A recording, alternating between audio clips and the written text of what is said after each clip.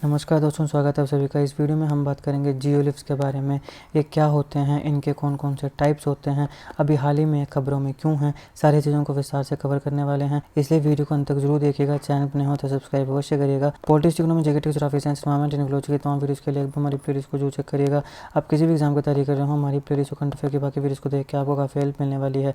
इसे समय निकाल के हमारे चैनल को जरूर चेक करिएगा। चलिए दोस्तों, शुरुआत करते हैं। देखिए, अभी हाल ही में खबरों में इसलिए हैं क्योंकि महाराष्ट्र गवर्नमेंट ने महाराष्ट्र के रत्नागिरी डिस्ट्रिक्ट में 1500 जियोलिफ्ट्स, जो कि 70 लोकेशंस में 210 स्क्वायर किलोमीटर के एरिया में स्प्रेड है, उसे अभी हाल ही में प्रोटेक्टेड मोनूमेंट डिक्लेयर किया है। तो अभी क्योंकि रत्नागिरी डिस्ट्रिक्ट में एक एरिया है, 70 अलग अलग लोकेशंस, 210 स्क्वायर किलोमीटर का एरिया, जहाँ पे 1500 जियोलिफ्ट्स हैं और उस एरिया को प्रोटेक्टेड मोनूमेंट डिक्लेयर किया है, इसलिए जियोलिफ्ट्स खबरों में है। अब देखिए, जियोलिफ्ट्स होते क्या हैं। बेसिकली अर्थ पे ये एक स्पेसिफिक तरीके के डिज़ाइंस होते हैं।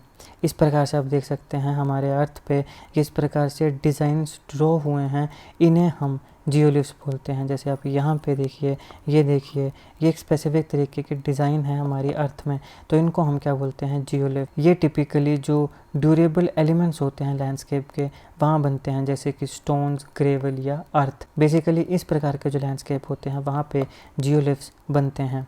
जियोलिफ्ट्स मुख्यतः 4 मीटर से ज़्यादा होते हैं। यूजुअली ये 4 मीटर से ज़्यादा होते हैं। जियोलिफ्ट्स को देखना काफ़ी ज़्यादा डिफ़िकल्ट होता है।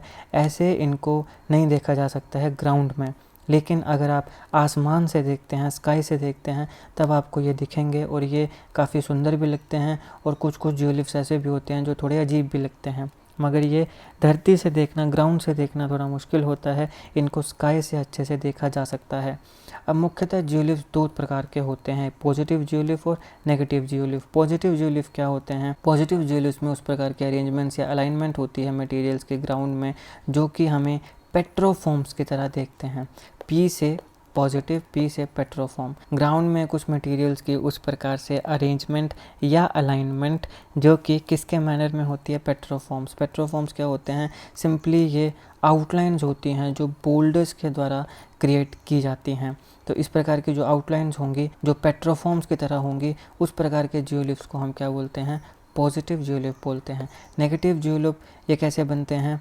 अगर मान लो नेचुरल ग्राउंड या नेचुरल जो सरफेस है उसका कोई पार्ट रिमूव हो जाता है और फिर वो पीछे जो जगह बच गई उसमें एक कलर्ड या टेक्सचर ग्राउंड बनेगा और वो पेट्रोग्लिफ्स की तरह दिखेगा, तो उसको हम नेगेटिव जियोलिफ्ट बोलते हैं।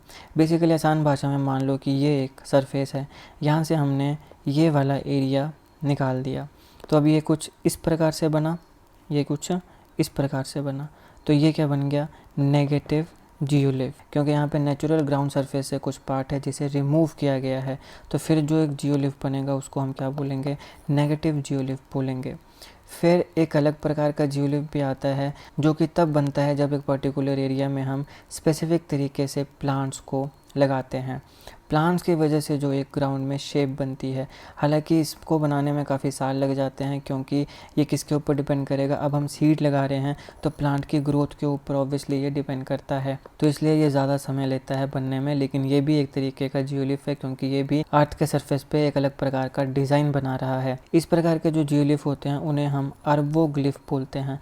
आर्बोग्लिफ, जहाँ पे हम प्लांट्स को सीड कर रहे हैं एक स्पेसिफिक डिज़ाइन में, उनको हम क्या बोलेंगे, आर्बोग्लिफ बोलेंगे। फिर एक और तरीके का ग्लिफ आता है, उसको हम चॉक जाइंट्स बोलते हैं।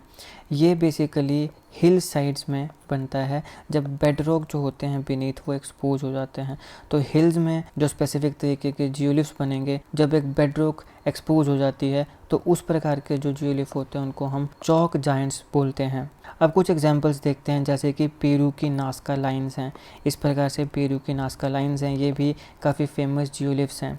फिर सदर्न इंग्लैंड में हफिंगटन वाइट हॉर्स या केरने जायंट है। यहाँ पे बेसिकली हिल साइड्स में हॉर्स या ह्यूमन फिगर्स बनी हुई हैं सदर्न इंग्लैंड में। तो ये 2 जगह पे जो जियोलिफ्ट्स हैं वो काफ़ी फेमस हैं, पेरू में और सदर्न इंग्लैंड में। पेरू में नास्का लाइन्स हैं और सदर्न इंग्लैंड में जैसे उफिंगटन वाइट हॉर्स या केरने जायंट है। तो ये था इस लेक्चर का एनालिसिस। आई होप आपको वीडियो अच्छी लगी। अगर आपको अच्छी लगी तो लाइक करेगा, शेयर करेगा। Politics, economy, geography, science, environment, technology की तमाम वीडियोज़ के लिए एक बार हमारी प्लेलिस्ट को जरूर चेक करिएगा। आप किसी भी एग्जाम की तैयारी कर रहे हो, हमारी प्लेलिस्ट को कंटेफे की बाकी वीडियोस को देख के आपको काफ़ी हेल्प मिलने वाली है। इसे समय निकाल के हमारे चैनल को जरूर चेक करिएगा। जीके कंटेफे और जीके टिक्स की ऐसी वीडियोस के लिए हमारे चैनल को सब्सक्राइब करिएगा, बेल आइकन को जरूर दबा दीजिएगा ताकि किसी वीडियो की नोटिफिकेशन आपसे मिस ना हो। ज्योग्राफी से रिलेटेड मैंने और भी काफ़ी वीडियोस बनाई हैं, जाइए मेरी प्लेलिस्ट में ज्योग्राफी, वहाँ पे आपको काफ़ी इंपॉर्टेंट वीडियोस मिल जाएंगे जो आपके एग्जामिनेशन के लिए काफ़ी इंपॉर्टेंट है। तो इसलिए एक बार उसे भी जरूर देखिएगा। आपका बहुत बहुत धन्यवाद।